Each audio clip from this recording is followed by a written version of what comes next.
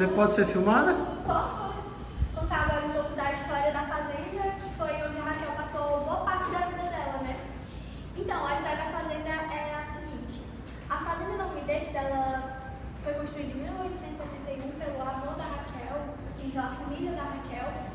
Então, quando ninguém morou mais na fazenda, a família decidiu doar a fazenda, dar de herança para um primo da Raquel. Só que o primo não quis ficar na fazenda, sabe? Ele vendeu a fazenda, empenhou a fazenda e foi para Amazonas para trabalhar com extração de recurso natural, seringueira e tudo mais. Só que lá ele faliu. E aí, quando ele voltou, a família soube que ele vendeu a fazenda que tinha de herança. Então, eles deram um jeito, né? Porque naquela época, quem tinha um lugar aquisitivo bacana conseguia as coisas mais fáceis, né? Então, eles conseguiram recuperar a fazenda e aí deram novamente para o primo da Raquel. E ele prometeu, o avô da Raquel fez ele prometer que ele não ia mais deixar a fazenda, por isso o nome Não Me Deixes, que é o nome da fazenda. Só que quando ele faleceu, ele não deixou herdeiros para herdar a terra que ele já tinha herdado do avô. Então a fazenda voltou para a família da Raquel. Decidiram dar a fazenda para a Raquel, dar de herança para ela, quando ela casou com o Oyama, que é o segundo marido dela, porque a Raquel chegou a ser casada 2 vezes. A primeira vez com o poeta José Alto, que era um artista na época, então a Raquel, filha de juiz, filha de professor, mulher influente, ela não ia ficar legal para a imagem dela de casar com um artista pobre, né? Então ela casou com um médico que era um status acima e ficava muito interessante para ele e para a família. A Raquel não nasceu aqui em Xadá, mas ela nasceu em Fortaleza, depois ela viajou para o Rio de Janeiro com a família do pai, porque o pai era juiz, então ele trabalhava em vários departamentos, né? Viviam viajando. E quando ela casou, ela veio morar aqui e, assim, ela se considerava mais quixadaense do que de Fortaleza mesmo, sabe? Porque ela ganhou, ela morou aqui, ela escreveu o livro 15 na fazenda, escreveu nessa sala. Aqui, né? Sim. E no livro ela fala sobre a seca, que é um problema que ainda é muito grave aqui no Nordeste, né? E assim, ela escreveu o livro 15, 15 anos depois, né? Porque a seca foi em 15, ela escreveu o livro em 30. Então, assim, foi aqui que ela começou a carreira dela de fato. Ela, mesmo já sendo jornalista, já escrevendo crônicas para jornais e tudo mais, mas foi o livro 15 que deu esse estopim, que fez com que a Raquel fosse conhecida. Tanto que na época ela tinha, 20 anos por aí, e muitas das pessoas, muitos dos críticos não consideravam aquilo como literatura.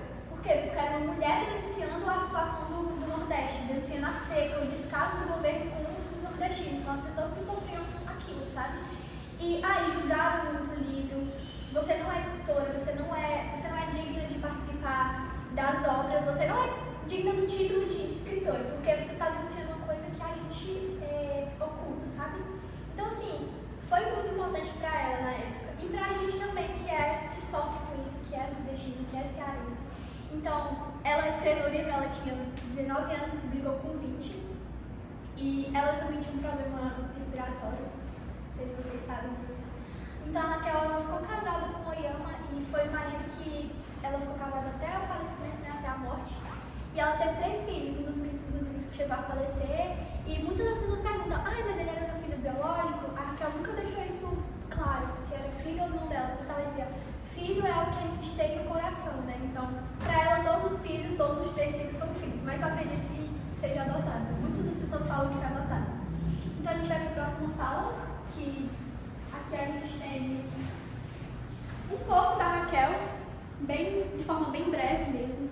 Tem a escrivaninha dela, o bule que pertenceu a ela, a capa dos livros, a caligrafia, o vestido e o colar de pérolas, porque a Raquel era uma mulher muito vaidosa, então ela gostava muito de se arrumar, de se enfeitar.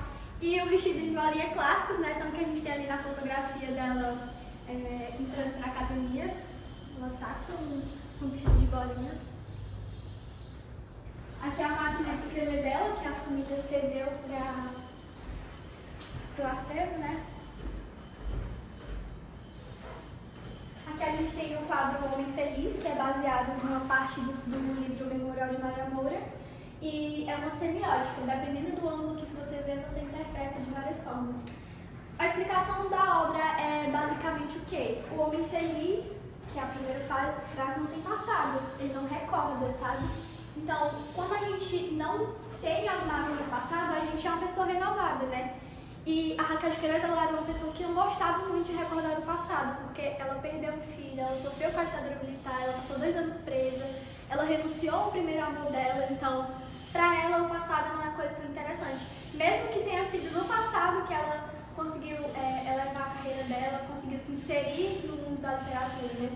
A Raquel também escreveu peças de teatros, ela foi a mulher, sabe? A mulher que foi atrás, que buscou, e ela foi a primeira mulher a entrar na Academia de Letras, um espaço que só era pertencente a homens, né? Aqui a gente tem a biografia dela, com datas. É uma biografia assim, bem enxuta, bem limpa, mas se você der uma lida, tem as obras mais importantes dela também. Até quando ela recebeu o Prêmio Camões, que é um dos prêmios mais cobiçados pelos escritores brasileiros. Assim, é um prêmio internacional, então, para uma mulher nordestina ganhar um prêmio internacional escrevendo sobre a cultura nordestina é uma coisa, assim, muito grandiosa, né? Tanto que a Raquel foi bastante criticada também quando entrou para a Academia de Letras, porque como assim a Raquel, que era uma mulher que escrevia sobre as coisas femininas, que escrevia sobre mulheres, como assim que a Raquel entrou para uma academia que só era homem, sabe? E também achavam a Raquel fascista porque ela participou da ditadura, assim, não de forma direta, porque ela não defendia os ideais da ditadura, mas ela foi obrigada, de certa forma, a participar, porque o pai era juiz, assim, o marido era médico, então não ia ficar interessante dela ser contra. Ela foi presa por 2 anos, inclusive acusada de comunismo, porque ela era muito amiga do Castelo Branco, né, que foi o primeiro presidente, assim, no começo da ditadura. Então, quando ele morreu, ele estava vindo visitar ela, né, ele veio visitar ela aqui em Xadá, dormiu na serra, quando pegou o voo para voltar, caiu o avião, foi assim, uma coisa, né? Então é isso. A gente tem também a história da telha de vidro, que no quarto da Raquel, aqui nesse quarto,